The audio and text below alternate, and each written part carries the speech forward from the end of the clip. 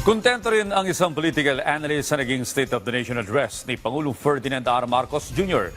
Ayon kay political analyst Dr. Froilan Calilong, klaro at straight to the point ang naging mensahe ng ating Pangulo, lalo't ginamitan niya ito ng lengguwaheng maiintindihan agad ng taong bayan. Kabilang sa tumatak sa mensahe ng Pangulo ang naging paninindigan nito na labanan ang korupsyon.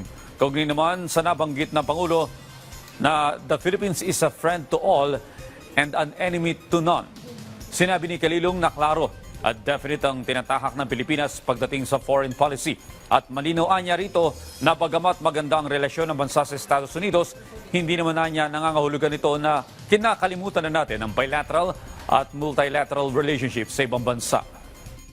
Medyo bago to para sa atin, his desire to curb down corruption, particularly focusing on how he could penalize or punish itong mga government officials na sangkot dito sa katiwalian dito sa flood control projects. I think this is something that is a welcome development, kasi he is now taking on the risk of going against his allies or yung mga kasamahan or mga kaalyado niya, at wala siyang pakialam at wala siyang sinisino, kundi ang gusto niya mapanagot itong mga to dahil nga ramdam niya at kinikilala niya yung kasamaan at hikahos na dinudulot nito sa ating mga kababayan. But we need to understand that in terms of economic trade, bukas at nananatiling masigla ang ating relation, economic bilateral relations with China. So I think may mga aspetong politikal, may aspetong diplomasya, may aspeto rin naman pang-ekonomiya